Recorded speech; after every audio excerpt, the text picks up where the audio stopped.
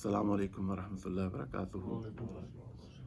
ہمارے جو بھائی قابل احترام بھائی اور قابل احترام بہنیں یوٹیوب کے ذریعے ہمارے اس چینل کو واچ کریں گے اور آج کے سورۃ النوح کے درس کو واچ کریں گے، ان سے گزارش ہے کہ ہمارے اس چینل کو لائک بھی کریں، شیئر بھی کریں، سبسکرائب بھی کریں اور بیل آئیکن جو ہے اس کو ضرور کریں تاکہ فیوچر نوٹیفیکیشنز آپ کو مل سکیں۔ اللہ آپ کو جزائے خیر عطا فرمائے۔ سورۃ النوح، اس کے مضامین کچھ یوں ہیں کہ شرک اور بت پرستی کی تردید کی گئی ہے، اور اس میں اس صورت کے میں بتایا گیا ہے کہ شرک کی ابتدا کیسے ہوئی اور بت پرستی آئیڈل ورشپنگ اس کی ابتدا کیسے ہوئی۔ اس کے بعد سیدنا نوح علیہ السلام کا جذبہ تبلیغ، کہ کس دن رات انہوں نے اپنی اس بدنصیب قوم کو پکارا، اور 950 ایئرز تک سیدنا نوح علیہ السلام نے دعوت دی، مگر وہ آپ جو ان کو دعوت دیتے وہ آپ کی دعوت سے دور ہوتے چلے گئے۔ اور چونکہ ہم مسلمانوں کا یہ عقیدہ ہے، ہمارا اہل سنت والجماعت کا یہ عقیدہ ہے، اس وقت دو اہل سنت والجماعت ہیں۔ ایک وہ ہیں جو خالصاً اللہ کی توحید کی دعوت دیتے ہیں اور کہتے ہیں کہ اللہ کے سوا اور کسی کو مت پکارو، اور نبی کریم صلی اللہ علیہ وسلم کی سنت اور صحابہ کرام کے طرز زندگی کو اپنانے کی دعوت دیتے ہیں، جس سے ہمارے تبلیغی بھائی ہیں۔ یہ صحیح اہل سنت والجماعت ہے۔ ایک اور گروپ بھی ہے، وہ بھی اپنے آپ کو اہل سنت والجماعت کہتے ہیں، مگر وہ غیر اللہ کو بھی پکارتے ہیں اور وہ اور بھی بہت کچھ کرتے ہیں۔ تو اب یہ ہر انسان کے اوپر خود یہ بات اظہر من الشمس ہے کہ وہ یہ خود ڈٹرمن کرے کہ صحابہ کرام کا عقیدہ کیا تھا۔ وہ تو اللہ کے سوا کسی کو نہیں پکارتے تھے، ان کی زندگیوں میں نبی کریم صلی اللہ علیہ وسلم کی سنت کا نور نظر آتا تھا۔ اب یہ ہمارے اوپر ہے۔ تو صحیح اہل سنت والجماعت وہی گروہ ہے جن کا عقیدہ ہے کہ تمام انبیاء اور رسل بشر ہیں۔ آپ صلی اللہ علیہ وسلم کی بشریت کا انکار نہ صحابہ کرام نے کیا اور نہ ہی آج جو صحیح اہل سنت والجماعت ہیں وہ کرتے ہیں، ٹھیک ہے۔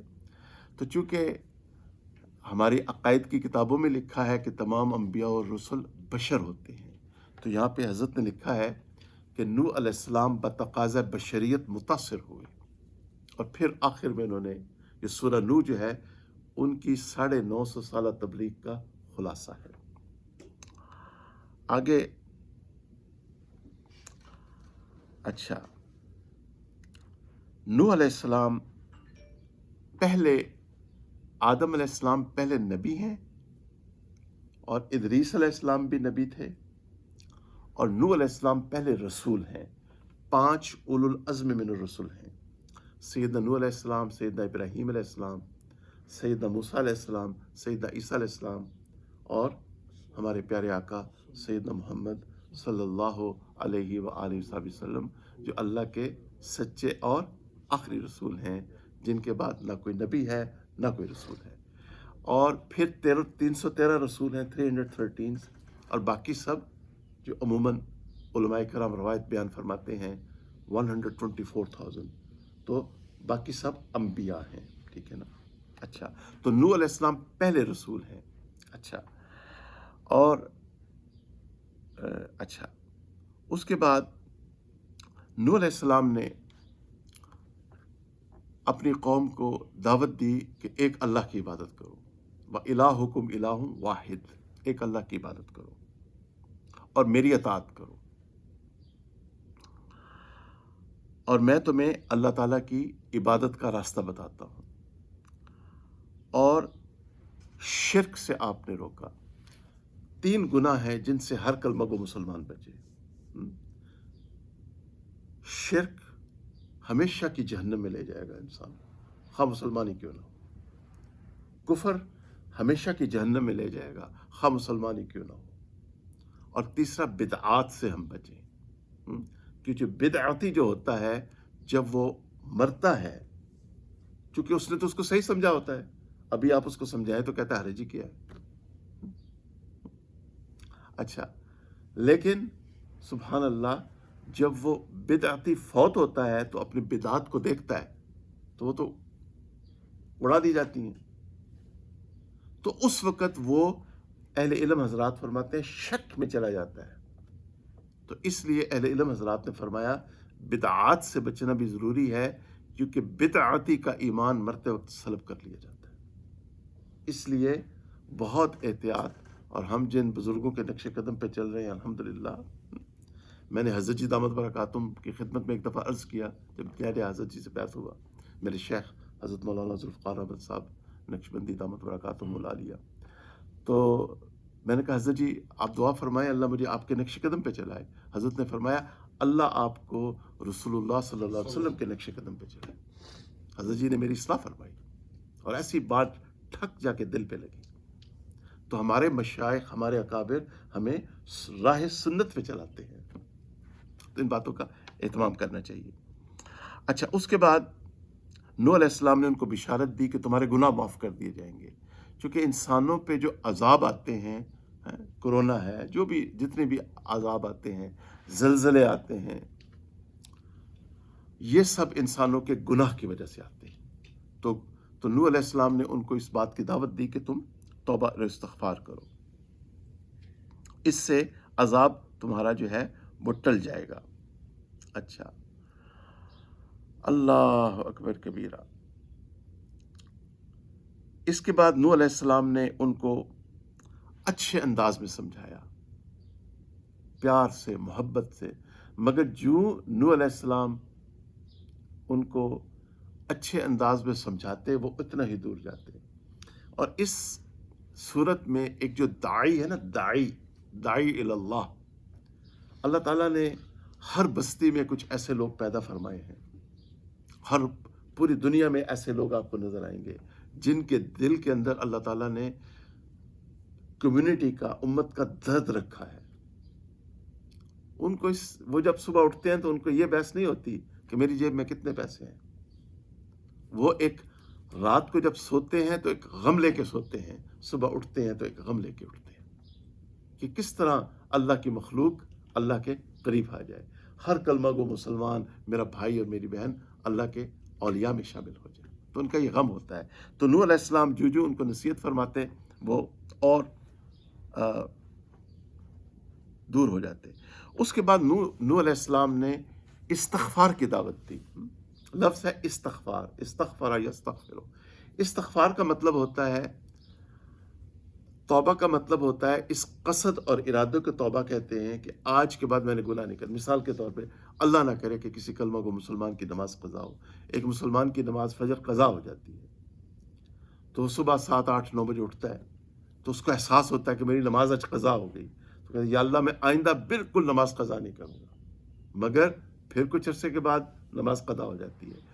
تو توبہ اس قصد اور ارادے کو کہتے ہیں کہ آج میں گناہ نہیں کروں گا، اور بتقاضۂ بشریت جب وہ گناہ دوبارہ ہو جائے تو اس پہ جو استغفار ہے اس کو استغفار کہتے ہیں، گناہوں سے معافی مانگنا۔ اور جب پیارے آقا صلی اللہ علیہ وسلم کا مشن مکمل ہو چکا تھا، پھولوں سے نازک زندگی، مشن مکمل ہو چکا ہے، اور جو آیات نازل ہوئی ہیں، اعوذ باللہ من الشیطان الرجیم، فسبح بحمد ربک، اے میرے پیارے حبیب صلی اللہ علیہ وسلم آپ اپنے رب کی تسبیح بیان کیجئے اس کی حمد کے ساتھ، واستغفر اللہ، یہ امر کا صیغہ ہے، اور آپ اللہ سے اپنے گناہوں کی معافی مانگیے، حالانکہ وہاں تو گناہ نام کی کوئی چیز ہی نہیں ہے۔ اور ہمارا یہ عقیدہ ہے کہ انبیاء اور رسول کیا ہوتے ہیں؟ معصوم عن الخطا، بحیثیت رسول، بحیثیت نبی اور بحیثیت بشر۔ یہاں ہمارا دوسرے گروپ سے بھی اختلاف ہو جاتا ہے ہمارے اہل سنت والجماعت کا، چونکہ میں نے خود ایک بہت بڑی یہاں کی شخصیت ہے، ان سے خود پوچھا میں نے، اس کو کہتے ہیں عصمت انبیاء۔ ہمارا عقیدہ اکابرین علماء دیوبند کا جو عقیدہ ہے وہ یہ ہے کہ تمام انبیاء معصوم ہوتے ہیں، معصوم عن الخطا ہوتے ہیں، ٹھیک ہے نا. وہ کہتے ہیں نہیں، بحیثیت بشر معصوم نہیں ہوتے. یہاں ہمارا ان سے بھی اختلاف ہو جاتا ہے، ہمارا یہاں محترمہ سے بھی اختلاف ہو جاتا ہے. تو عقائد کو سمجھنا، اس لیے درس قرآن مزین کر کے دینا بڑی اچھی بات ہے، لیکن عقیدہ بھی سمجھیں کہ کہیں پوائزن تو نہیں ہے جو آپ کے اندر سبحان اللہ پینیٹریٹ کیا جا رہا ہے. تو ان باتوں کا عقائد کا خیال رکھنا چاہیے. تو استغفار کرنا، اللہ سے گناہوں کی معافی مانگنا. تو نوح علیہ السلام نے یہ دعوت دی کہ تم اللہ سے اپنے گناہوں کی معافی مانگو. تو جب تم معافی مانگو گے تو نوح علیہ السلام نے آگے پھر ان کو بشارت دی. ایک اس کا ذکر 2 دفعہ آیا ہے کہ ان کی تمہاری جو 5 عورتیں ہیں وہ نرینہ اولاد دیں گی. تو ہو سکتا ہے کہ نوح علیہ السلام کی قوم میں یہ ایک بیماری ہو کہ اولاد نہ ہوتی ہو. تو یہاں ایک بہت بڑا مسئلہ سیٹل ہو جاتا ہے کہ ایک شخص مرد پیدا ہو رہا ہے مگر مرد والی صفات نہیں ہے اس میں. سوچنے کی بات ہے. اور موجودہ سائنس نے ثابت کیا ہے ہیریڈیٹری ایفیکٹس ہوتے ہیں، نسل در نسل یہ چیزیں چلتی ہیں. تو ایک بات اچھی طرح سمجھیں کہ جب لوگ اللہ تعالیٰ کے فرما بردار بن جاتے ہیں، اللہ تعالیٰ آنے والے نسلوں کے اوپر بھی رحمتوں کا نزول فرماتے ہیں. اور جب والدین اللہ کے نافرمان بن جائیں تو نسلیں ان کی سزا بھگتتی ہیں. یہ فلسفہ قرآن میں بڑا کھول کے بیان ہوا ہے. تو اس کو بہت زیادہ سمجھنے کی ضرورت ہے کہ جی میں تو اب امریکہ آ گیا ہوں، تو میں نے تو پیسے کمانے ہیں. تو بھائی پیسے ضرور کمائیں مگر رزق حلال کمائیں. آپ کی زندگی میں آپ کے بچوں کو دین نظر آنا چاہیے. ایسا نہ ہو کہ اولاد کو والدین کی زندگی میں دین نظر نہ آئے اور پیسہ تو آپ نے کما لیا مگر آپ کی آنکھ بند ہونے کے بعد اولاد کا کچھ پتہ نہیں. تو ہمیں بہت زیادہ نسلوں کا روگ، یوٹیوب کے اوپر اہل علم حضرات کے بیانات ہیں اس موضوع کے اوپر، نسلوں کا روگ. اچھا، پھر نوح علیہ السلام نے فرمایا بارش کثرت سے ہوگی، تمہاری باغات ہوں گی، پھلوں کی کثرت ہوگی، یعنی میٹیریل پراسپیرٹی کی خوشخبری دی. تو جب ہم یہ اپنے آپ کو کنونس کریں، اپنا مزاج بنائیں کہ جب ہم اللہ تعالیٰ کے فرما بردار بن جائیں گے اور نبی کریم صلی اللہ علیہ وسلم جو اللہ کے سچے اور آخری رسول ہیں، جن کے بعد کوئی نبی نہیں، کوئی رسول نہیں، صلی اللہ علیہ وآلہ وصحبہ وسلم، ان کے نقش قدم پہ جب ہم چلیں گے تو اللہ تعالیٰ ہماری دنیا کی زندگی کو آسان کر دیں گے. اپنے آپ کو ابھی ہمیں کنونس کرنا ہوگا. جاب پہ تو ایمان ہے لیکن جو اللہ اور رسول پہ ایمان ہے اس کا کیا لیول ہے؟ ان باتوں پہ تھوڑا ہمیں غور فکر کرنا ہوگا. اچھا، اس کے بعد انہوں نے حسن بصری رحمۃ اللہ علیہ کی ایک روایت، بڑی مشہور روایت ہے کہ ان کے پاس ایک شخص آیا اور اس نے کہا میں غریب ہوں. آپ نے فرمایا استغفار کرو. دوسرا آیا، اس نے کہا میرے پاس اولاد نہیں ہے، میری بیوی 5 ہے، اولاد نہیں ہو رہی، نرینہ اولاد نہیں ہو رہی. آپ نے فرمایا استغفار کرو. اللہ اکبر کبیرہ. تیسرے نے کہا کہ میرا کنواں خشک ہو چکا ہے. آپ نے فرمایا استغفار کرو. تو لوگوں نے جب تعجب کیا تو آپ نے پھر یہ آیت پڑھی جو آگے اب ہم پڑھیں گے انشاءاللہ تھوڑی دیر میں انشاءاللہ. اچھا، اس کے بعد پھر نوح علیہ السلام نے توحید کے دلائل دیے. تو کلام پاک میں سب سے زیادہ مسئلہ کون سا بیان ہوا ہے؟ مسئلہ توحید. تو تمام انبیاء اور رسل کی طرح نوح علیہ السلام نے بھی اپنی قوم کو توحید کے دلائل دیے. اسی طرح جو اہل اللہ ہوتے ہیں وہ اللہ تعالیٰ کی محبت کی باتیں کرتے ہیں، اللہ تعالیٰ کی صفات بیان کرتے ہیں. ہمارے تبلیغ بھائی ہیں، ان کے 6 پوائنٹس ہیں. تو پہلا نقطہ کیا ہے؟ توحید کا نقطہ ہے. اللہ تعالیٰ کی کہ اللہ تعالیٰ نے اس کائنات کو بنایا، زمین و آسمان کو بنایا. اللہ تعالیٰ نے ہمیں باجماعت نماز پڑھنے کی توفیق عطا فرمائی. تو مسلمان کے لیے ضروری ہے کہ سب سے زیادہ یہاں ہمارا اس دوسرے گروہ سے پھر اختلاف ہو جاتا ہے. ہم ان کو دعوت دیتے ہیں, ہم کہتے ہیں نہیں بھائی آمنت باللہ سے بات شروع کرو, غیر اللہ سے بات شروع نہ کرو, بلکہ کس سے شروع کرو؟ آمنت باللہ سے بات شروع کرو. اس طرف آؤ نا, توحید کی طرف آؤ. اچھا, اس کے بعد نوح علیہ السلام کا درد ہے, اور آپ کو اللہ تعالیٰ نے بہت زیادہ دعوت و تبلیغ کا جذبہ عطا فرمایا تھا. یہ اب اللہ تعالیٰ کی عطا ہے. تو سید سلیمان ندوی صاحب رحمۃ اللہ علیہ کی ایک تحریر ہے, اس میں سے چند باتیں میں آپ کو شیئر کر کے اور پھر بت پرستی کی ابتدا اور پھر اس کے بعد صورت شروع کرتے ہیں انشاءاللہ.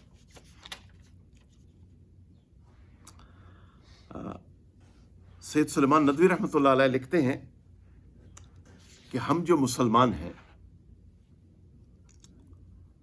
ہمیں ہمارا تنہا فریضہ یہ ہے کہ ہم لوگوں کو اللہ کی توحید کی طرف بلائیں, نبی کریم صلی اللہ علیہ وسلم کی رسالت کی طرف بلائیں اور قیامت اور آخرت کی دعوت دیں. فرماتے ہیں لیکن افسوس ہے کہ مسلمانوں نے ایک ہی صدی کے اندر اندر اپنے اس فرض کو بھلا دیا. پہلے 100 سال میں مسلمان اس فرض کو بھلا چکے تھے. چنانچہ ہمارے سلاطین اور بادشاہوں نے عیش و عشرت کے اوپر اپنی توجہ مرکوز کر دی. پھر وہ کلام پاک کی مشہور آیت لے کے آئے ہیں جس میں اللہ تعالیٰ نے ہمیں مقصد زندگی دیا ہے. اعوذ باللہ من الشیطان الرجیم, بسم اللہ الرحمن الرحیم. کنتم خیر امہ اخرجت للناس تأمرون بالمعروف وتنہون عن المنکر. اللہ تعالیٰ فرما رہے ہیں منکر, اللہ تعالیٰ فرما رہے ہیں اے مسلمانوں تم بہترین امت ہو اور تم کو لوگوں کے لیے ظاہر کیا گیا ہے, نکالا گیا ہے, اخرجت, کہ تم اچھائی کا حکم دیتے ہو اور برائی سے منع فرماتے ہو. پھر فرماتے ہیں کہ مسلمان کی زندگی کا مقصد نہ دولت ہے, ایک کلمہ کو مسلمان, چونکہ نبی کریم صلی اللہ علیہ وسلم کے قلب مبارک میں انسانیت کا غم بھرا ہوا تھا اور کلام پاک کی مختلف آیات اس کی عکاسی بھی فرماتی ہیں. اے میرے پیارے محبوب, سورہ کہف میں فرمایا کیا آپ اپنی جان مبارک کو اس غم میں کھو دیں گے کہ یہ لوگ ایمان نہیں لاتے؟ تو فرماتے ہیں کہ مسلمان کی زندگی کا مقصد یہ نہیں کہ وہ بہت زیادہ مال و دولت کمائے, بلکہ نبی کریم صلی اللہ علیہ وسلم کی حدیث لائے ہیں, اس کا ترجمہ تو نہیں ہے لیکن اس کے عربی کے الفاظ سے مفہوم اس حاجز نے نکالا ہے جو ٹوٹی پھوٹی عربی مجھے آتی ہے. لا اخاف علیکم الفقر, آپ صلی اللہ علیہ وسلم فرماتے ہیں مجھے یہ خوف نہیں ہے کہ تم غریب ہو جاؤ گے, ولیکن اخاف ان تبسط علیکم الدنیا, مگر مجھے خوف ہے کہ تم دنیا کی محبت میں مبتلا ہو جاؤ گے, دنیا کی بس عیش و عشرت اور دولت مندی تمہاری زندگی کا مقصود بن جائے گا. اچھا, پھر آگے فرماتے ہیں اللہ تعالیٰ ان کو جزائے خیر دے, بڑی ماشاءاللہ ان کی تحریر میں بہت اللہ تعالیٰ نے تاثیر رکھی ہے. آگے فرماتے ہیں کہ دعوت و تبلیغ سب سے پہلے توحید, اور اس کے بعد فرمایا کہ جب وہ توحید و رسالت کو مان لیں تو پھر ان کو نماز کی تعلیم دی جائے, زکوٰۃ کی تعلیم دی جائے. اما عائشہ رضی اللہ عنہا فرماتی ہیں کہ کلام پاک میں سب سے زیادہ کلام پاک میں پہلے دل کے نرم کرنے والی آیات نازل ہوئیں, جن میں جنت اور دوزخ کا جیسا کہ ہم نے 29واں سپارہ ہے، 30واں سپارہ بھی ہم نے کور کیا. تو اس میں زیادہ تر ہم کیا دیکھ رہے ہیں کہ اللہ تعالیٰ کی توحید کا ذکر ہے اور آخرت کا ذکر ہے، اور نبی کریم صلی اللہ علیہ وسلم کی رسالت اور نبوت کا ذکر ہے. پھر فرماتے ہیں کہ طائف میں سے ایک وفد آیا اور اس نے کہا اے اللہ کے پیارے رسول صلی اللہ علیہ وسلم، ہمیں نماز معاف فرما دیجیے. تو آپ صلی اللہ علیہ وسلم نے کیا فرمایا؟ لا خیر فی دین لا رکوع فیہ، کہ اس دین میں کوئی خیر نہیں جس میں نماز نہ ہو، اللہ کے سامنے جھکنا نہ ہو. اب آپ خود سوچیں کیسی کیسی باتیں بنائی گئیں، عوام الناس کو یہ کہانیاں سنائی گئیں. رسول اللہ صلی اللہ علیہ وسلم نے تو 5 نمازیں پڑھی، خلفائے راشدین نے 5 نمازیں پڑھی، عشرۃ المبشرہ نے، میرے ماں باپ قربان ان کے قدموں کی خاک کے اوپر، سیدنا حسین رضی اللہ عنہ نے شہادت سے پہلے ظہر کی نماز ادا کی. تو یہ پھر بعد میں کہاں سے ہستیاں آ گئیں کہ جن کو نماز معاف ہو گئی ہے؟ میں نہیں چھیڑنا چاہتا، بہت تکلیف دہ باتیں ہیں. ایسی باتیں عوام الناس کو بتائی گئیں کہ جس سے معاذ اللہ نماز کی عظمت ان سے زائل ہو گئی. تو پیارے آقا صلی اللہ علیہ وسلم کیا فرما رہے ہیں؟ لا خیر فی دین لا رکوع فیہ، اس دین میں کوئی خیر نہیں جس میں نماز نہیں ہے. اللہ کے رسول سے تو ناراضگی کا اظہار فرما رہے ہیں، اور تمہارے اوپر وجد طاری ہو جاتا ہے ایسی باتیں سن کے. لا حول ولا قوت الا باللہ. خود سوچے نا، تھوڑا عقل و شعور استعمال کریں. ام علی قلوب افلا یتدبرون القرآن ام علی قلوب اقفالها. یہ لوگ قرآن کے اوپر غور و فکر کیوں نہیں کرتے؟ کیا ان کے ہارٹس کے اوپر، دلوں کے اوپر لاکس پڑ چکے ہیں؟ اچھا جی، بڑی پیاری.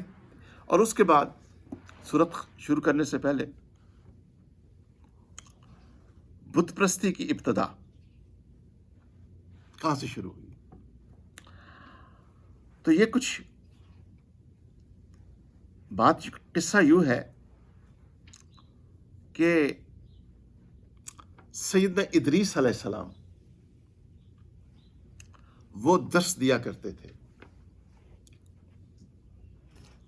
اور ان کے کچھ اسٹوڈنٹ تھے جن کا ذکر ابھی ہم پڑھیں گے انشاءاللہ. اور وہ نیک لوگ تھے. ذرا اس باتوں کا ذرا آپ غور سے سنیے گا.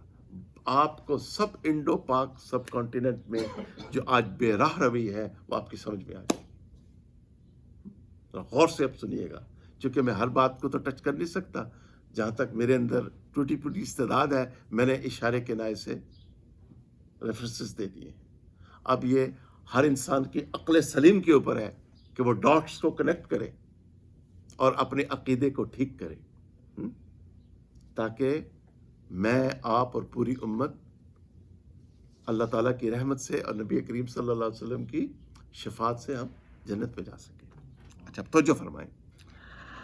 ان کے 5 اسٹوڈنٹس تھے جن کا نام تھا ود، سوا، یغوث، یعوق اور نصر. تو جب ادریس علیہ السلام فوت ہو گئے، غالباً ان کی آسمانوں میں موت ہوئی تھی، جو واقعہ علماء نے نقل کیا ہے. تو یہ پھر 5 جو اسٹوڈنٹس تھے، ان سے لوگوں نے فائدہ اٹھایا. پھر جب یہ فوت ہوئے، اور یہ اولیاء اللہ تھے، نبی کے صحابی تھے، یہ جب فوت ہوئے تو انہوں نے کہا اب کیا بنے گا؟ ذرا انسانی فطرت کو بھی تو اسٹڈی کرے نا، کہ انسان جو ہے نا، وہ انسان کو اللہ تعالیٰ نے بنائی ایسا ہے، وہ چاہتا ہے کہ مجھے کوئی شارٹ کٹ ملے. مجھے کیا ملے؟ مجھے فجر کے لیے اٹھنا نہ پڑے. حضرت آپ بس دعا بھی نہیں کیا دعا شفا فرما دیں. تو شفا میری ابھی سمجھ میں نہیں آیا، لیکن لوگ آتے ہیں حضرت آپ دعا شفا فرما دیں، آپ کام میرا کر دیں، میں آپ فجر میں آرام سے سوؤں. میں صبح جب فجر کے لیے کھولتا ہوں نا دروازہ، خیر اب تو تھوڑا بہتر ہو گیا ہوں، شروع میں تو مجھے بہت تکلیف ہوتی تھی کہ کتنے مسلمان ہیں. چلے ہم اچھا گمان رکھتے ہیں، گھروں میں نماز پڑھی ہوگی، لیکن حقیقت حال آپ بھی جانتے ہیں اور میں بھی جانتا ہوں. انسانی فطرت ہے کہ وہ شارٹ کٹ کو ڈھونڈتا ہے. آپ میرا کام بنا دیں، مجھے کرنا نہ پڑے. لیکن میرے اللہ کا جو قرآن ہے وہ کیا کہہ رہا ہے؟ اِلَّا الَّذِينَ آمَنُوا وَعَمِلُوا الصَّالِحَاتِ. کلمہ پڑھنے کے بعد 5 نمازیں پڑھنی پڑیں گی، تب نجات ملے گی. قبر میں سوال و جواب ہوگا، قیامت والے دن سوال و جواب ہوگا. ایک نماز کا جواب دینا ہے، ایک نماز کا. اچھا، اب انہوں نے کیا کیا کہ ان لوگوں نے کہا یہ حضرات تو فوت ہو گئے، اب شیطان بھی تو ساتھ لگا ہوا ہے نا، اس نے تو نہیں جان چھوڑ لی. اس نے ان کو مشورہ دیا کہ ان کے اب تم بت بناؤ. ان کے کیا بناؤ؟ بت بناؤ. اور حضرت نے لکھا کہ پہلی نسل پھر بھی ٹھیک رہی، لیکن بعد میں پھر کام پڑتا گیا. پھر اللہ تعالیٰ کو بھول گئے اور ان کی پرستش شروع کر دی. اچھا، اور یہیں سے پھر بت پرستی کی ابتدا ہوئی. اور آخر میں پھر نوح علیہ السلام نے دعا مانگی اللہ تعالیٰ سے کہ جب لوگ اللہ کے نافرمان بن جائیں، فرما برداری جو ہے یہ بھی نسل در نسل ٹرانسفر ہوتی ہے. آج مجھ گناہ گار کی زندگی میں جو ٹوٹا پھوٹا دین ہے، اس کا کریڈٹ جاتا ہے میری والدہ محترمہ کو. میری والدہ محترمہ عالمہ تو نہیں تھی، مگر بہت صاحب علم خاتون تھی. ان کی اور والد صاحب رحمۃ اللہ علیہ کی جو اکثر گفتگو ہوتی تھی وہ اولیاء اللہ کے واقعات ہوتے تھے، مجھے اچھی طرح یاد ہے. پھر اس عاجز نے اپنے والد صاحب کو تہجد میں روتے دیکھا، مجھے اچھی طرح یاد ہے. تہجد میں اٹھا کرتے تھے اور یہ دعا مانگا کرتے تھے، یا الہی اپنی سچی ذات کبریا کے واسطے فضل کر مجھ پہ سیدنا محمد مصطفیٰ کے واسطے. تو میں جب امریکہ آیا 40 سال پہلے تو یہ چیزیں اپنے ساتھ لے کے آیا. یہ وہ چیزیں تھیں جنہوں نے مجھے سنبھالا، اور اللہ تعالیٰ کا فضل تھا. میں نے دینی کتابیں پڑھنا شروع کر دیں، قرآن کی تفسیریں پڑھنا شروع کر دیں. اچھا، تو پھر آپ کی فرما برداری آپ کی اولاد میں جائے گی اور نافرمانی بھی اولاد میں جائے گی. اللہ تعالیٰ دین کی صحیح سمجھ نصیب فرمائے. اب ہم شروع کرتے ہیں قرآن میں. آئیے.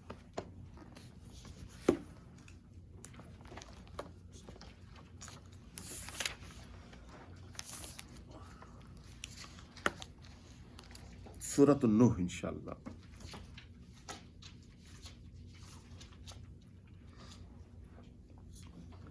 اعوذ باللہ من الشیطان الرجیم. میں اللہ کی پناہ مانگتا ہوں شیطان سے جو مردود ہے. بسم اللہ الرحمن الرحیم. اللہ کے نام سے شروع کرتا ہوں جو بڑا مہربان اور نہایت رحم والا ہے. اِنَّا ارسلنا نوحا الى قومه ان انذر قومك من قبل ان يأتيهم عذاب علیم، بے شک ہم نے نوح علیہ السلام کو ان کی قوم کی طرف بھیجا تھا کہ اپنی قوم کو ڈرائیں اس سے پہلے کہ ان پہ دردناک عذاب آ پڑے۔ قال یا قوم انی لکم نذیر مبین، نذیر مبین۔ نوح علیہ السلام نے فرمایا اے میری قوم، بے شک میں تمہارے لیے کھلم کھلا ڈرانے والا ہوں، یعنی قیامت کے دن سے ڈرو۔ ان اعبدوا اللہ واتقوہ واطیعون، کہ اللہ کی عبادت کرو اور اللہ سے ڈرو اور میرا کہنا مانو۔ اللہ سے ڈرنے کا مطلب کیا ہے کہ گناہوں سے بچو، ٹھیک ہے نا؟ تقوی کا مطلب گناہوں سے بچنا۔ یغفر لکم من ذنوبکم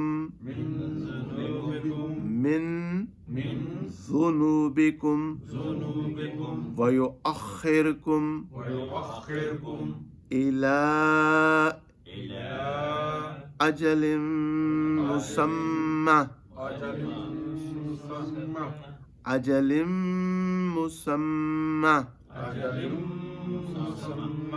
ان اجل اللہ اذا جاء لا يؤخر لو کنتم تعلمون۔ وہ اللہ تمہارے لیے تمہارے گناہ معاف کر دے گا اور تمہیں ایک وقت مقرر تک مہلت دے گا۔ بے شک اللہ کا وقت ٹھہرایا ہوا ہے، جب آ جائے گا تو اس میں تاخیر نہ ہوگی، کاش تم جانتے۔ یعنی جب موت کا وقت آ جاتا ہے تو پھر ایک سیکنڈ بھی وہ اوپر نیچے نہیں ہوتا۔ قال رب انی دعوت قومی لیلا ونہارا۔ نوح علیہ السلام نے فرمایا اے میرے رب، میں نے اپنی قوم کو رات اور دن بلایا، فلم یزدہم دعائی، یہ عین کی آواز نکالیں، دعائی الا فرارا، پھر وہ میرے بلانے سے اور بھی زیادہ بھاگتے رہے۔ وَإِنِّي كُلَّمَا دعوتهم لتغفر لهم جعلوا أصابعهم في آذانهم واستغشوا ثيابهم وأصروا واستكبروا استكبارا وأصروا واستكبروا استكبارا واستكبروا استكبارا۔ اور بے شک جب کبھی میں نے انہیں بلایا کہ اے اللہ آپ ان کو معاف فرما دیں، انہوں نے اپنی انگلیاں اپنے کانوں میں رکھ لیں، یوں اپنے کانوں میں ڈال، اور انہوں نے اپنے کپڑے اوڑھ لیے اور ضد کی اور بہت بڑا تکبر کیا۔ ثم انی دعوتہم جہارا، پھر میں نے انہیں کھلم کھلا بھی بلایا. ثم انی اعلنت لہم واسررت لہم واسررت لہم واسررت لہم اسرارا، پھر میں نے انہیں پھر میں نے انہیں اعلانیہ بھی کہا اور مخفی طور پہ بھی کہا. اب یہاں ایک مسئلہ سمجھ لیں کہ ہمارے دین میں ادب کے اوپر بہت زور دیا گیا ہے. ہمارے حضرت جی کی ایک کتاب ہے با ادب با نصیب، اللہ تعالیٰ کا ادب، کلام پاک کا ادب، رسول اللہ صلی اللہ علیہ وسلم کا ادب، والدین کا ادب، علماء کرام کا ادب، ائمہ حضرات کا ادب، بڑوں کا ادب. یہ چیزیں آج امریکہ کے ماحول میں، اس مسجد میں تو ہم بہت زور دیتے ہیں ان باتوں پہ، لیکن دکھتے درد سے کہہ رہا ہوں بعض جگہوں پہ ان چیزوں پہ زور نہیں دیا جاتا. اچھا، جب امام صاحب جمعے کا بیان دے رہے ہیں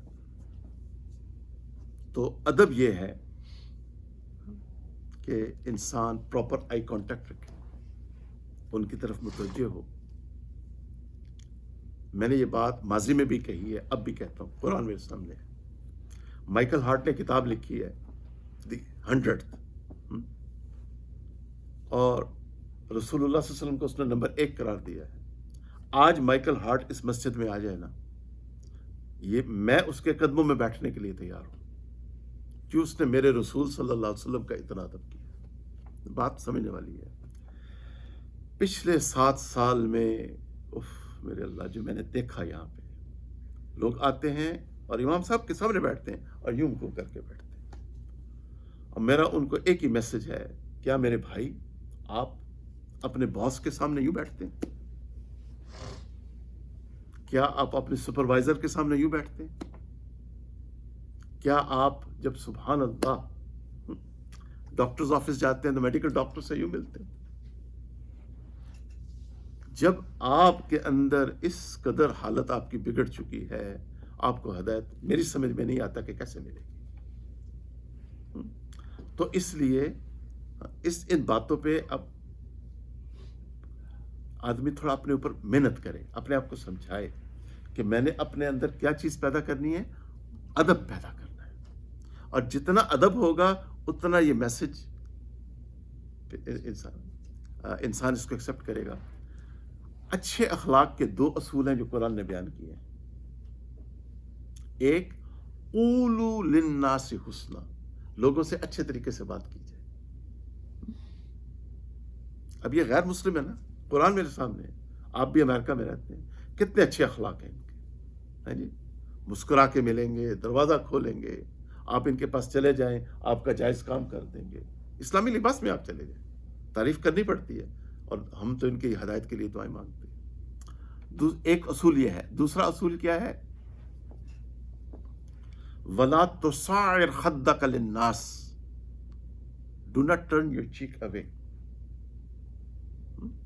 لوگوں سے منہ پھلا کے مت ملو. تو یہاں تو حالت بہت ہی قابل رحم ہے. تو اس کا ایک ہی علاج ہے کہ ہم اللہ والوں کی صحبت میں آ کے بیٹھیں. ٹھیک ہے نا؟ صحبت میں آ کے بیٹھیں اور یہ ادب خود بھی سیکھیں اور اپنی اولادوں کو بھی یہ ادب سکھائیں. دونوں بیٹے جب حفظ کر رہے تھے تو میں نے اور میری اہلیہ نے ان کو اس چیز پہ بہت زور دیا کہ آپ نے اپنے استاد کی کبھی برائی نہیں بیان کرنی، آپ نے ان کا ہمیشہ ادب کرنا ہے. تو یہ چیزیں والدین کے اوپر بھی بہت اس چیز کا ہے کہ وہ تو بشر حافی رحمۃ اللہ علیہ نے جب دیکھا کہ کاغذ کا ٹکڑا پڑا ہوا ہے اور اس پہ اللہ لکھا ہوا ہے، انہوں نے اس کو چوما اور اوپر رکھ دیا. اللہ تعالیٰ نے ان کو امام احمد بن حنبل رحمۃ اللہ علیہ کا شیخ بنا دیا. ایک پہلوان نے کشتی کا میچ ہار گئے، کیونکہ بوڑھے نے کان میں کہا کہ جنید میں آل رسول ہوں اور ہمارے گھر میں فاقہ ہے. ہار گئے. بادشاہ نے برا بلا کہہ کے نکال دیا. رات کو خواب میں زیارت ہوئی پیارے آقا صلی اللہ علیہ وسلم کی. اللہ تعالیٰ نے اس جنید کو کیا بنا دیا؟ حضرت جنید بغدادی رحمۃ اللہ تعالیٰ نے. الدین کلہ ادب، یہ با ادب با نصیب اور بے ادب بے نصیب. تو اللہ تعالیٰ ہمیں یہ نوح علیہ السلام ایک دکھ اور ایک غم بیان کر رہے ہیں کہ اور پیارے آقا صلی اللہ علیہ وسلم جب طائف سے واپس آئے ہیں تو انٹری ویزا نہیں مل رہا تھا. آپ کو کیا نہیں مل رہا تھا؟ انٹری ویزا نہیں مل رہا تھا. آپ نے ایک میسج بھجوایا، دوسرا بھجوایا، پھر غالباً اللہ تعالیٰ کمی بیشی معاف فرمائے تیسرا میسج بھجوایا تو اس نے کہا جی میں آپ کا میری ضمانت میں آپ کو ضمانت دیتا ہوں، آپ آ سکتے ہیں. تو میرے دوست یہ تو مشرکین مکہ کا رویہ تھا. پیارے آقا صلی اللہ علیہ وسلم جب گئے ہیں طائف تو کیونکہ ایک سیچوریشن پوائنٹ آ چکا تھا. معاذ اللہ اللہم انی اعوذ بک من الکفر ربنا لا تجعلنا منہم. وہ پیارے آقا صلی اللہ علیہ وسلم کا چہرہ دیکھنے کے روادار نہیں تھے، اسی لیے تو آپ طائف گئے تھے. لیکن میرے اللہ کو میرے مدنی پاک کی جو بڑائی منظور تھی وہ کہاں منظور تھی؟ مدینہ المنورہ میں. اس لیے مدینہ منورہ کے لوگوں کو ہم کیا کہتے ہیں؟ انصار. کیا کہتے ہیں؟ انصار، جنہوں نے پیارے آقا صلی اللہ علیہ وسلم کی نصرت فرمائی. تو اس لیے ایک اچھے مسلمان کی علامت یہ ہے کہ جس مسجد سے بھی آپ وابستہ ہیں اپنے امام کا ادب کریں. ٹھیک ہے نا جی؟ اور یہ باتیں گھر میں سکھائی جاتی. چلے آگے چلیں. فَقُلْتُ اسْتَغْفِرُوا رَبَّكُمْ فَقُلْتُ اسْتَغْفِرُوا رَبَّكُمْ إِنَّهُ كَانَ غَفَّارًا. بس میں نے کہا اپنے رب کے سامنے استغفار کرو، اس سے اپنے گناہوں کی معافی مانگو، بے شک وہ بڑا غفور الرحیم ہے، بڑا بخشنے والا ہے، بڑا بخشنے والا ہے. یرسل السماء علیکم مدرارا یرسل السماء علیکم مدرارا. وہ آسمان پہ آسمان سے تم پر موسلادھار بارش برسائے گا. وَيُمْدِدْكُمْ، میم جب با سے پہلے آئے گا تو تجوید کا اصول ہے، آپ نے غنہ کرنا ہے وہاں پہ. ٹھیک ہے. وَيُمْدِدْكُمْ بِأَمْوَالٍ وَبَنِينَ وَيَجْعَلْ لَكُمْ جَنَّاتٍ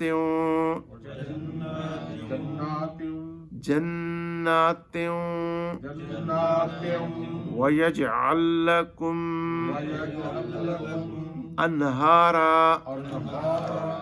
اور مال اور دولت سے تمہاری مدد کرے گا اور تمہارے لیے باغ بنا دے گا اور تمہارے لیے نہریں بنا دے گا. تو آپ ہمیں اپنے آپ کو کنونس کرنا ہوگا کہ جب ہم اللہ کے فرما بردار بن جائیں گے، اللہ تعالیٰ یہاں نوح علیہ السلام مٹیریل پراسپیرٹی کی خبر دے رہے ہیں کہ مٹیریل پراسپیرٹی آج دنیا اکنامکس کی وجہ سے کتنی پریشان ہے. اکانومسٹ میگزین اور بڑے بڑے economist and this and that. تو انبیاء کا فلسفہ یہ ہے کہ تم توبہ استغفار کرو، اللہ تمہیں خوشحالی عطا فرمائیں گے. آپ اس کو آزما کے دیکھیں. اگر صحیح معنوں میں ایک کلمہ گو مسلمان، متقی اور پرہیزگار ہے. ہماری مسجد کے ایک مصلی ہیں، اللہ ان کو جزائے خیر، بڑے نیک، انہوں نے بارہا مجھے کہا کہ میں جب سے آپ کی مجلس میں نے آنا شروع کیا ہے اور الحمدللہ اس مسجد میں آنا شروع کیا ہے، میرے زندگی کے حالات بہتر ہو گئے. الحمدللہ ہر شخص آزما کے دیکھ سکتا ہے. تو اللہ سے دور جا کے کبھی ہمیں سکون ملے گا، نہ ہی خوشحالی ملے گی. خوشحالی ملے گی تو اسی راستے سے ملے گی انشاءاللہ. تو یہ اب ہمیں اپنے آپ کو اپنے ایمان پہ محنت کرنی ہوگی. آگے توحید کے دلائل آ رہے ہیں. مالکم لا ترجون للہ وقارا، تمہیں کیا ہو گیا ہے کہ تم اللہ کی عظمت کا خیال نہیں رکھتے. وقد خلقکم اطوارا، حالانکہ اس نے تمہیں کئی طرح سے بنایا ہے. یعنی اپنی تخلیق کے اوپر انسان تھوڑا غور و فکر کر لے. کیا کہتے ہیں حضرت؟ سائنس آف ایمبریولوجی کہتے ہیں نا اس کو. ہاں ماشاء اللہ. تو آدمی ذرا اسٹڈی کرے نا کس طرح بچہ پیدا ہوتا ہے، کس طرح نطفہ جاتا ہے ماں کے پیٹ میں، کیسے اللہ تعالیٰ نے ہمیں بنایا ہے. سبحان اللہ. الم تروا کیف خلق اللہ سبع سماوات طباقا. الم تروا کیف خلق اللہ سبع سماوات طباقا. سبع سماوات طباقا. کیا تم نہیں دیکھتے کہ اللہ نے 7 آسمان اوپر تلے کیسے بنائے ہیں؟ وَجَعَلَ الْقَمَرَ فِيهِنَّ نُورًا وَجَعَلَ الشَّمْسَ سِرَاجًا وَجَعَلَ الشَّمْسَ سِرَاجًا، اور ان میں چاند کو چمکتا ہوا بنایا اور سورج کو چراغ بنا دیا. کیوں جی؟ سورج کی جو تمازت ہوتی ہے اس سے یہ گروتھ ہوتی ہے نا ان کی پلانٹس وغیرہ کی. ہاں جی، کتنے پیچھے ماشاءاللہ کتنی ریسرچ ہوئی ہے اس کے اوپر. تو نوح علیہ السلام نے اصل چیز کی طرف توجہ دلائی کہ سورج کو دیکھو، کتنی بڑی اللہ کی نعمتوں میں سے ایک نعمت ہے. ماشاءاللہ ہر روز سورج طلوع ہوتا ہے ایک امید کی کرن لے کے آتا ہے ہمارے لیے. کتنی بڑی اللہ کی نعمت ہے. واللہ انبتکم من الارض نباتا، اور اللہ ہی نے تمہیں زمین سے ایک خاص طور پر پیدا کیا. ثم یعیدکم فیہا ویخرجکم اخراجا، پھر وہ تمہیں اس میں لوٹائے گا اور اسی میں سے پھر باہر نکالے گا. مٹی پہ ہے کہ انسان نے جینا ہے اور مٹی میں انسان نے جانا ہے. سبحان اللہ. تو کیوں نہ پھر وہ عاجز اور مسکین بن کے رہے. مٹی کی صفات میں سے ایک صفت یہ ہے کہ مٹی کے اندر عاجزی ہے، اور ہمیں بھی مٹی سے پیدا کیا گیا نا، اور شیطان کو آگ سے پیدا کیا گیا. تو عاجزی، ہم جب تک عاجز بن کے رہیں گے کبھی زوال پذیر نہیں ہوں گے. اللہ تعالیٰ ہمیں عاجزی کی نعمت نصیب فرمائے. یا اللہ جب دعا مانگا کریں تو یہ ضرور دعا مانگا کریں اس انداز میں کہ یا اللہ ہم تیرے عاجز اور مسکین بندے ہیں میرے اللہ. یا اللہ سارے مسلمان مجھ سے بہتر، سارے انسان مجھ سے بہتر، سب سے گندہ میں ہوں. یا اللہ سب سے زیادہ اصلاح کی مجھے ضرورت ہے. اس طرح عاجزی کے ساتھ جب ہم اللہ سے دعائیں مانگیں گے تو ہماری دعائیں قبول بھی ہوں گی انشاءاللہ. واللہ جعل لکم الارض بساطا، اور اللہ ہی نے تمہارے لیے زمین کو فرش بنایا ہے. لِتَسْلُكُوا مِنْهَا سُبُلًا فِجَاجًا تاکہ تم اس کے کھلے راستوں میں چلو. یہاں پہ مولانا ادریس کاندھی رحمۃ اللہ علیہ نے اپنی تفسیر میں ایک استعارہ بیان کیا ہے، ایک میٹافور.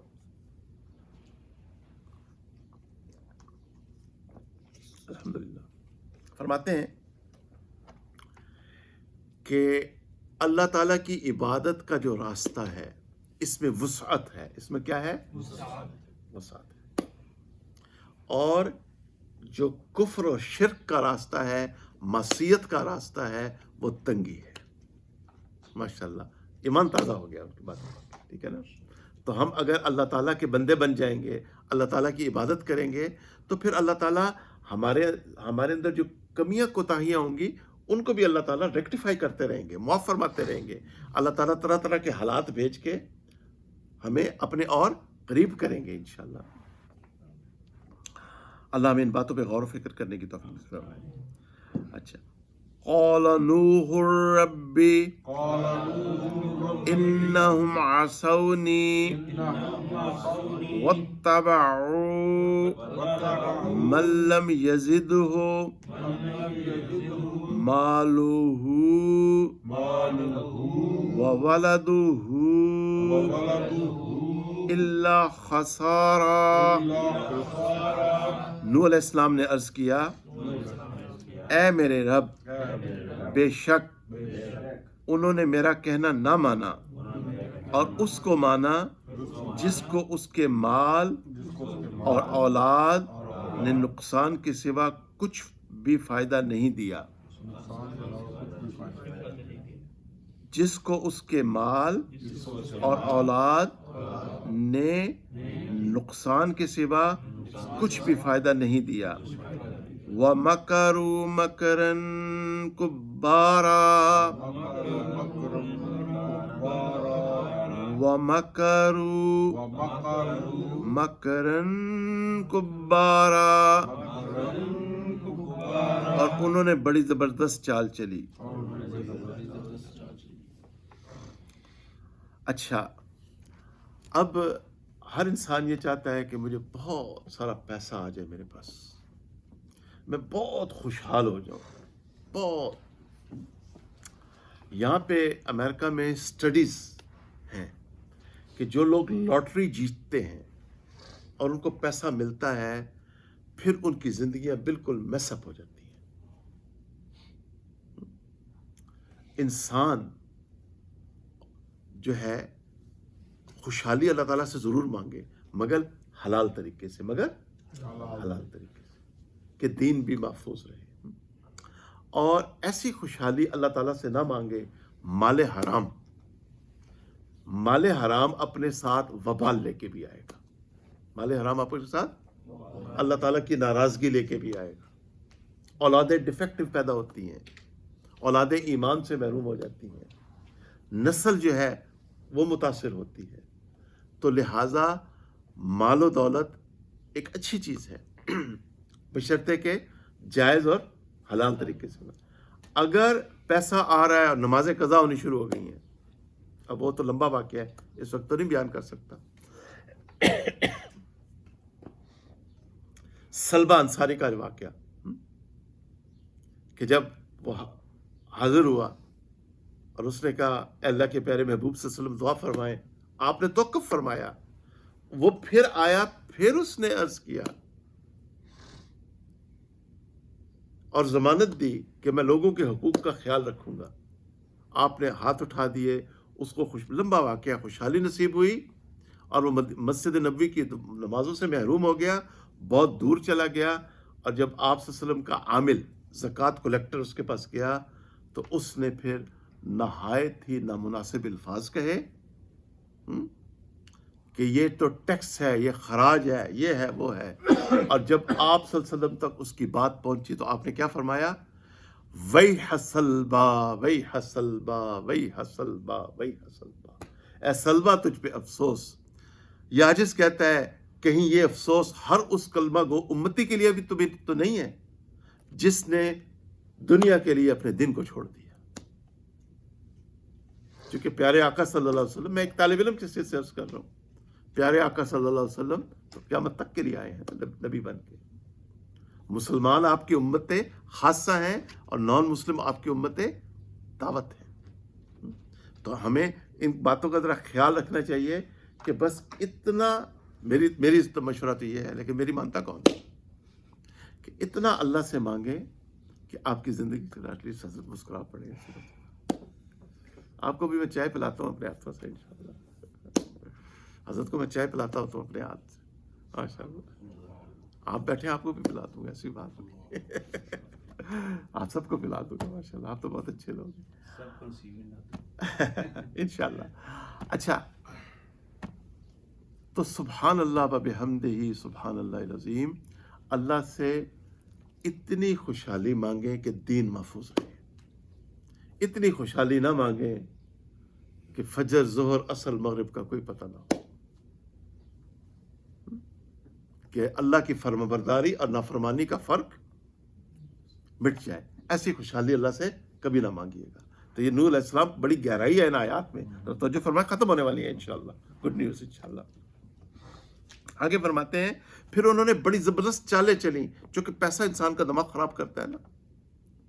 ہاں جی، پھر وہ عجیب انسان کو عجیب راستوں پہ ڈالتا ہے.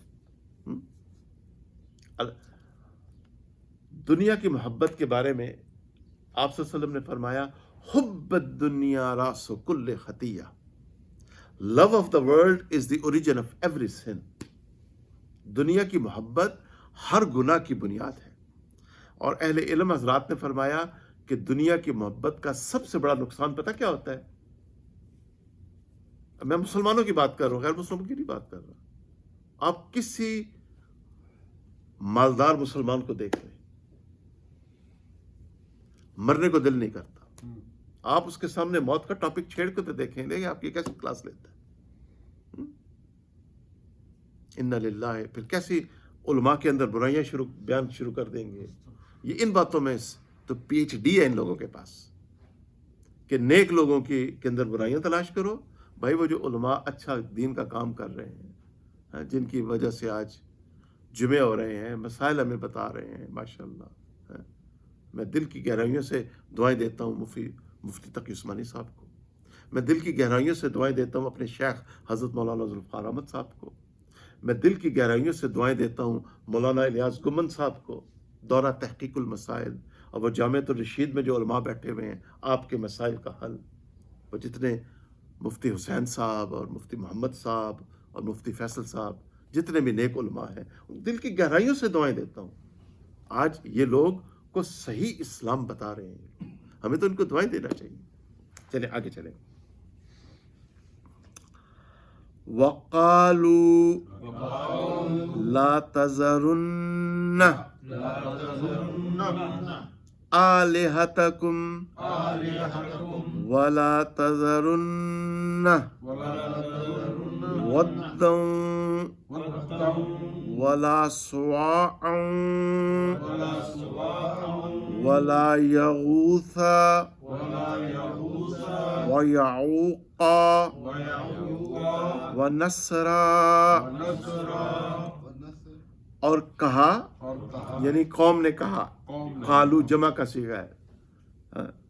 اس سے مراد غالباً وہ نیک لوگ، وہ مالدار ہیں.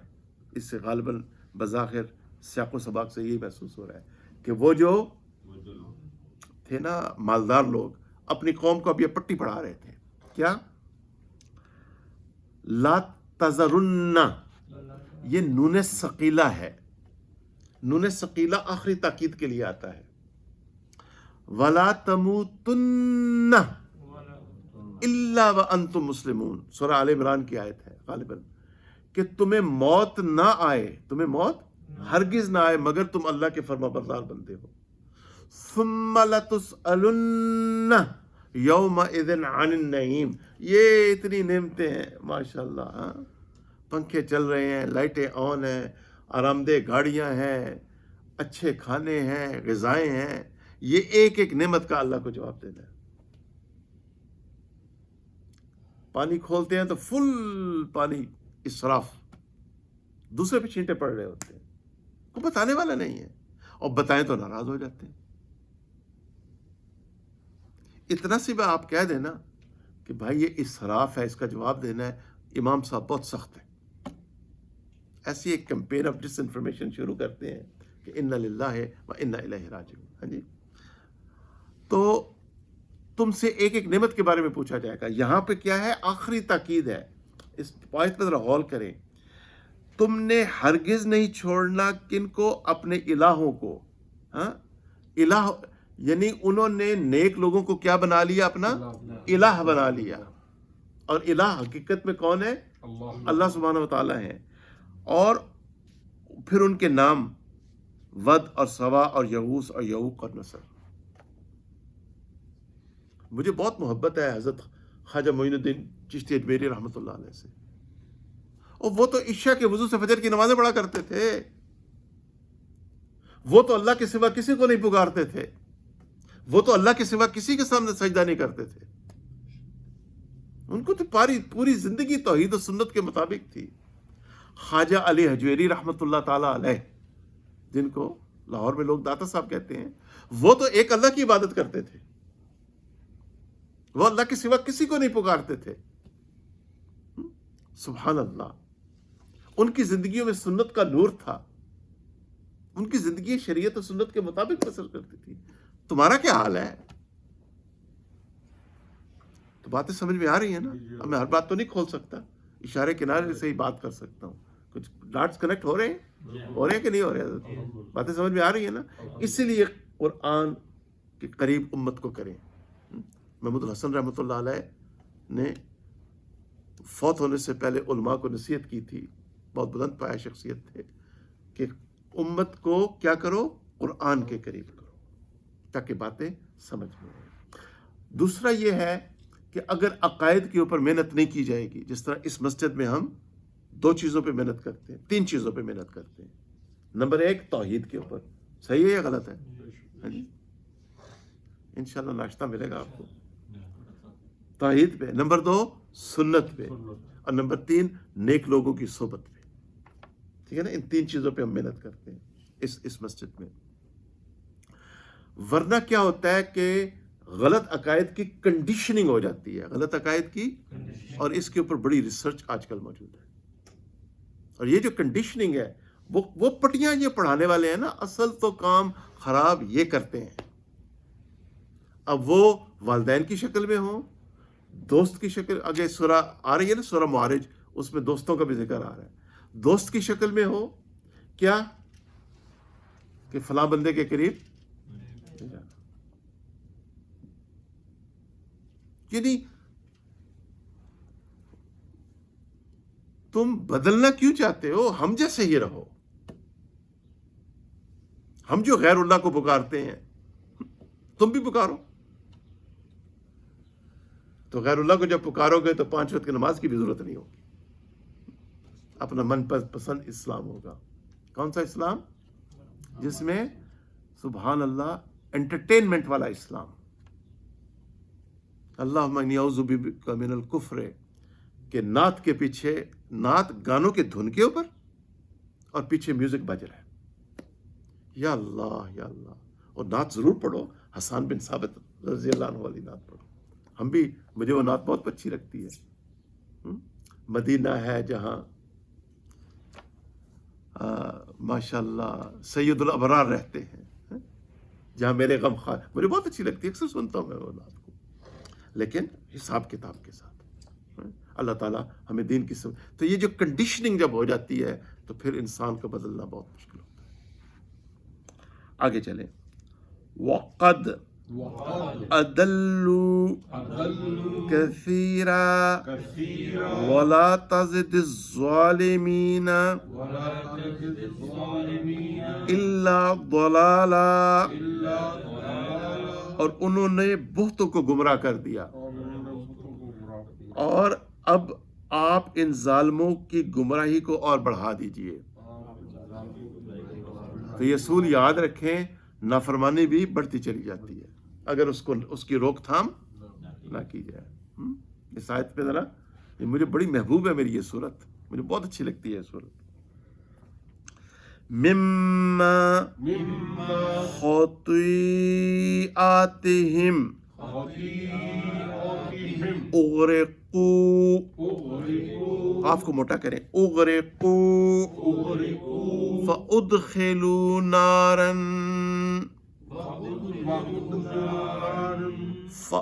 دال کے اوپر قلقلہ فرمائیں گے، آگے غنہ بھی فرمائیں گے آپ، فادخلوا نارا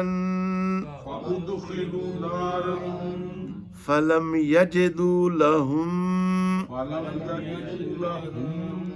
فلم یجدوا لهم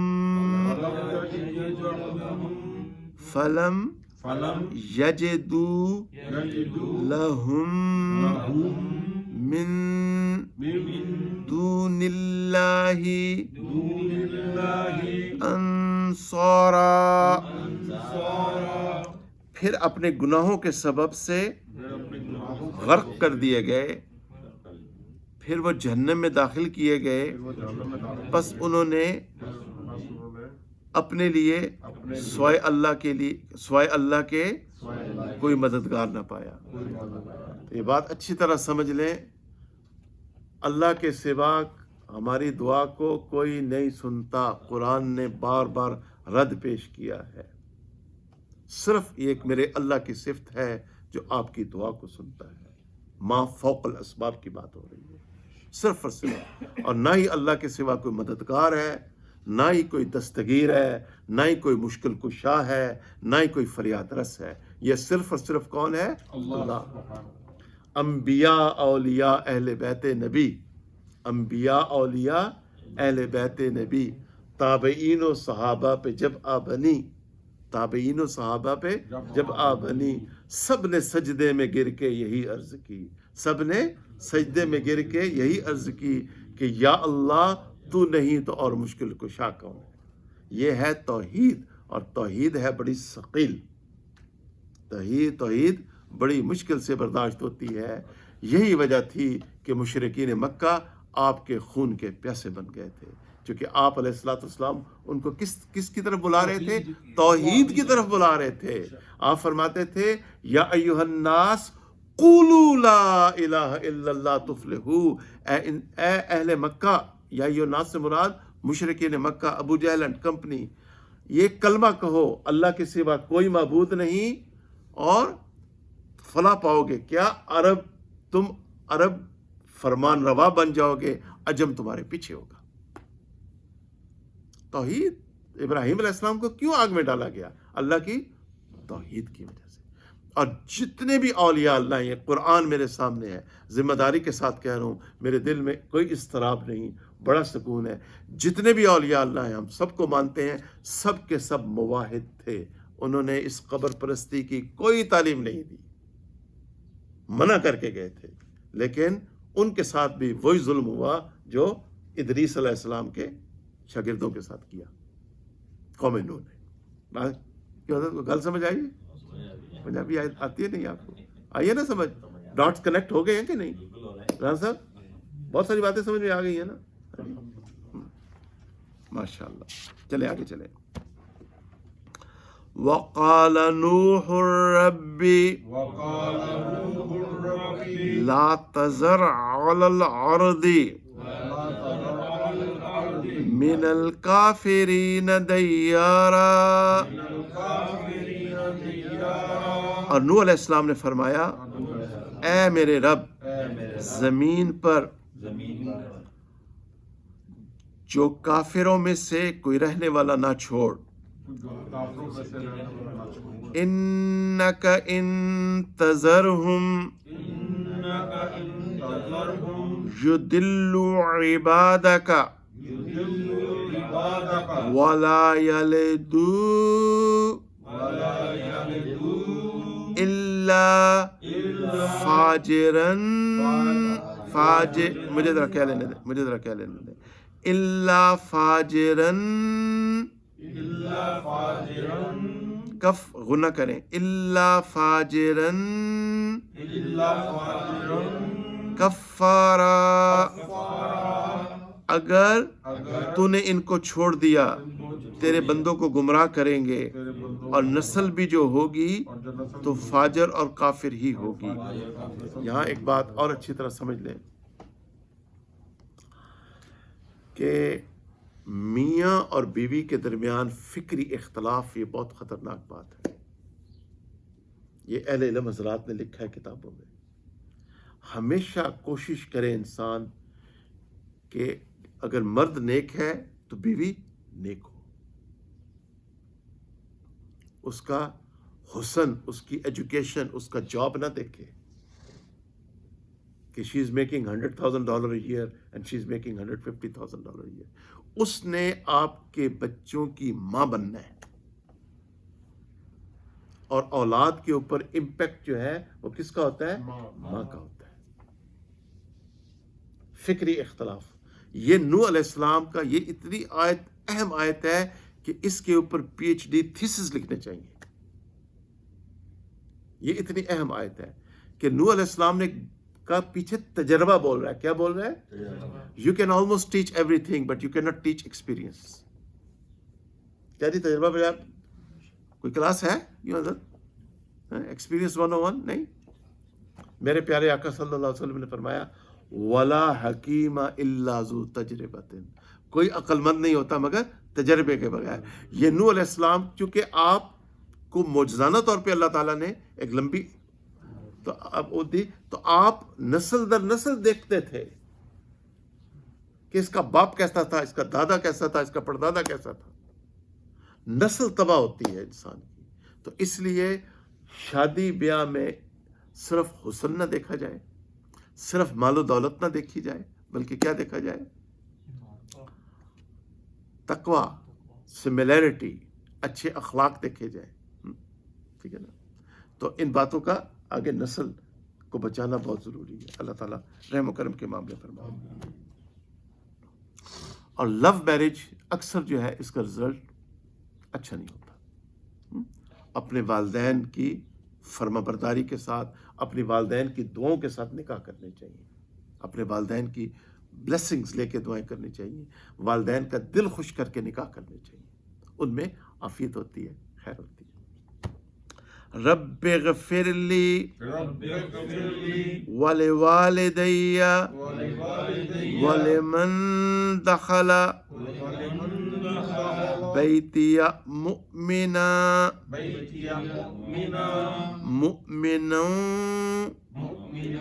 وللمؤمنین والمؤمنات ولا تزد الظالمین الا تبارا. اے میرے رب مجھے اور میرے ماں باپ کو بخش دیجئے، اور اس کو جو میرے گھر میں ایماندار ہو کے داخل ہو جائے، اور ایماندار مردوں یعنی مومن مردوں اور عورتوں کو ظالموں. اچھا ذرا دوبارہ کریں جی. اے میرے رب مجھے اور میرے والدین کی مغفرت فرما دیجئے، اور اس کو جو میرے گھر میں بحالت ایمان داخل ہو، اور مومن مردوں اور عورتوں کو. اچھا یہاں پہ پھر آیت سٹاپ ہو رہی ہے، پھر اگلا حصہ الگ ہے. اور ظالموں کو تو بربادی کے سوا اور کچھ زیادہ نہ کر. تو سیدنا نوح علیہ السلام کو حکم ہوا، اور آپ نے پھر اپنی قوم کو بتا دیا کہ اب عذاب آنے والا ہے. پھر اللہ تعالیٰ کے حکم کے مطابق آپ نے کشتی بنائی، اس کے اوپر آپ نے اپنے تمام فالورز کو سوار کیا، اور پھر ہر چیز کا ایک پیر لے لیا. اور اس وقت یہی آبادی تھی، اور بظاہر ایسا ہی ہے کہ وہ ایک ورلڈ وائڈ فلڈ تھا جو زمین تھی اس وقت. اور صرف نوح علیہ السلام اور ان کے فالورز کو بچایا گیا، اور وہیں سے پھر نسل انسانی آگے چلی. اللہ تعالیٰ اس میں جو کچھ خیر تھی وہ اللہ کی طرف سے، جو شر تھا وہ میری طرف سے تھا. ہم اللہ تعالیٰ کے حضور میں توبہ استغفار کرتے ہیں. اللہ تعالیٰ ہمارے توبہ استغفار کو قبول فرمائے اور ہمیں اللہ تعالیٰ قرآن اور سنت کے مطابق اپنی زندگی بسر کرنے کی توفیق نصیب فرمائے. وما علینا الا البلاغ.